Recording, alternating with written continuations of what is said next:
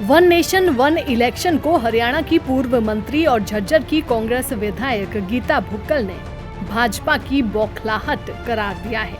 उन्होंने कहा कि जब धर्म और जाति के नाम पर जहर घोलने वाला भाजपा का एजेंडा फेल हो गया तो अब भाजपा ने वन नेशन वन इलेक्शन की राह पकड़ी है।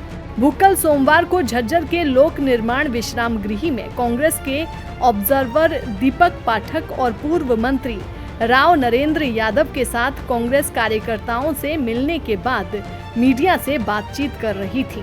भुक्कल यहीं नहीं रुकी। उन्होंने कहा कि जब से केंद्र में भाजपा की सरकार आई या फिर जिस किसी भी प्रदेश में भाजपा की सरकार है, वहां पर भाजपाइयों ने देश को बांटने, लोकतंत्र को खत्म करने और संविधान की धज्जियां उड़ाने का काम किया।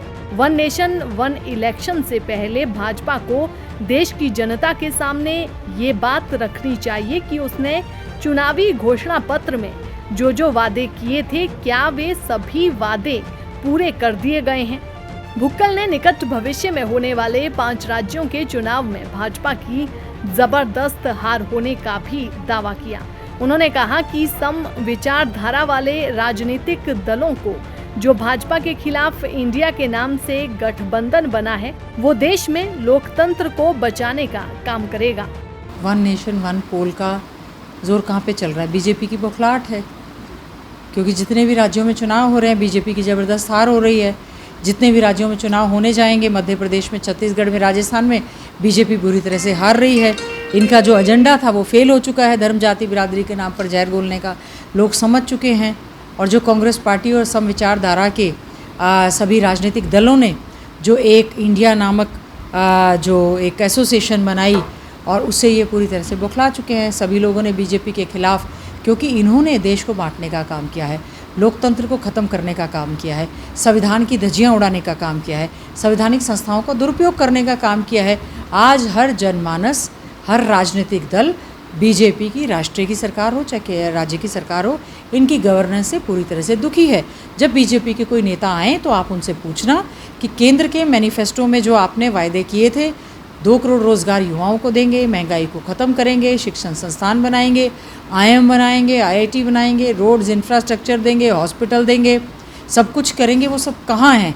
राम मंदिर के तो हम खिलाफ नहीं हैं, राम मंदिर का निर्माण किया, हम भी स्वागत करते हैं, लेकिन भगवान राम जैसी मर्यादा दिखाते हुए आपको सभी धर्म जाति बिरादरी के नाम पर झगड़े नहीं करवाने चाहिए। तो अभी तो सुना जा रहा है कि चुनाव, ये बजट जो है लोकसभा और राज्यसभा का सत्र बुलाने की सरकार तैयारी कर रही है। उससे पहले इनको ऑल पार्टी मीटिंग बुलानी पड़ेगी और बिल का प्रारूप जब आएगा, सभी राजनीतिक दलों का क्या क्या विचार रहेगा उस पर सब लोग चर्चा करेंगे।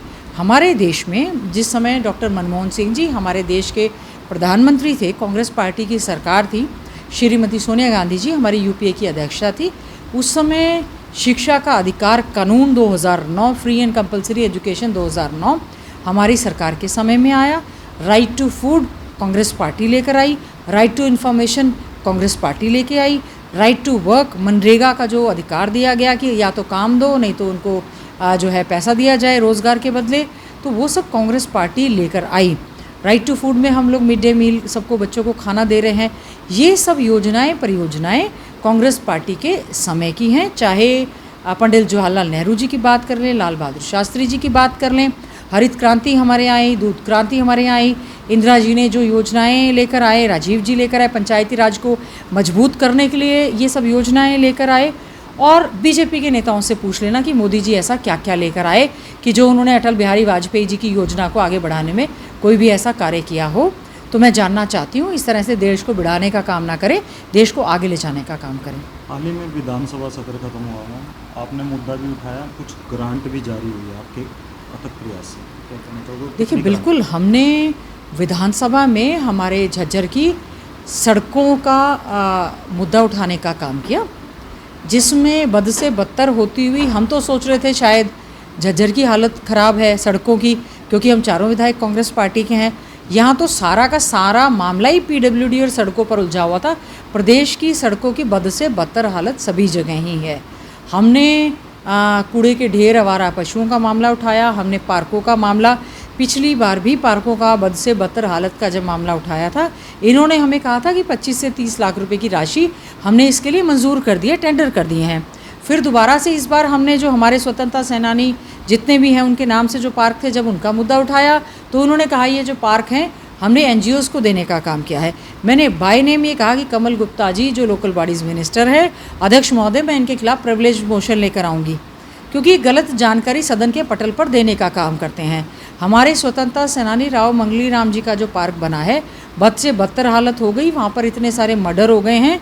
उनके स्टैचू के ऊपर ट्री गार्ड जिससे पेड़ ढका जाता है, वो उनके स्टैचू के ऊपर शरारती तत्वों ने डालने का काम किया। शहीदी पार्क की क्या स्थिति हो गई, मातूराम पार्क की जो है वो बद से बदतर हालत में विद फोटोज़ लेकर गई। और पंडित श्री राम जी के नाम से जो इतना बड़ा पार्क था, ओपन एयर थिएटर था, उसमें जो है इन्होंने जो है उसको तोड़कर ख़त्म करने का काम कर दिया। और तोड़ने के बाद जो है उसमें नीलामी की प्रक्रिया कर रहे हैं, जिससे कि हमारी छत्तीस बिरादरी में इस बात को लेकर बड़ा ज़्यादा रोष है। और मैं समझती हूँ उसको न केवल तोड़ना, उसकी बोली करवाना। बीजेपी के नेता इसमें शामिल हैं। करोड़ों रुपए का घोटाला और घपले की बू आती है। हम चाहते हैं इस पर पूरी तरह से इस मामले की जांच हो। और ये जो हमारे सांसद भाई दीपेंद्र हुड्डा जी आए, कल हम लोग सारे विधायक थे, सभी साथियों ने जो दबाव बनाया, ब्राह्मण समाज के साथियों ने और हमने जो मिलकर दबाव बनाया, उसकी वजह से केवल प्रशासन और सरकार पर दबाव बनकर केवल ये बिड पोस्टपोन हुई है।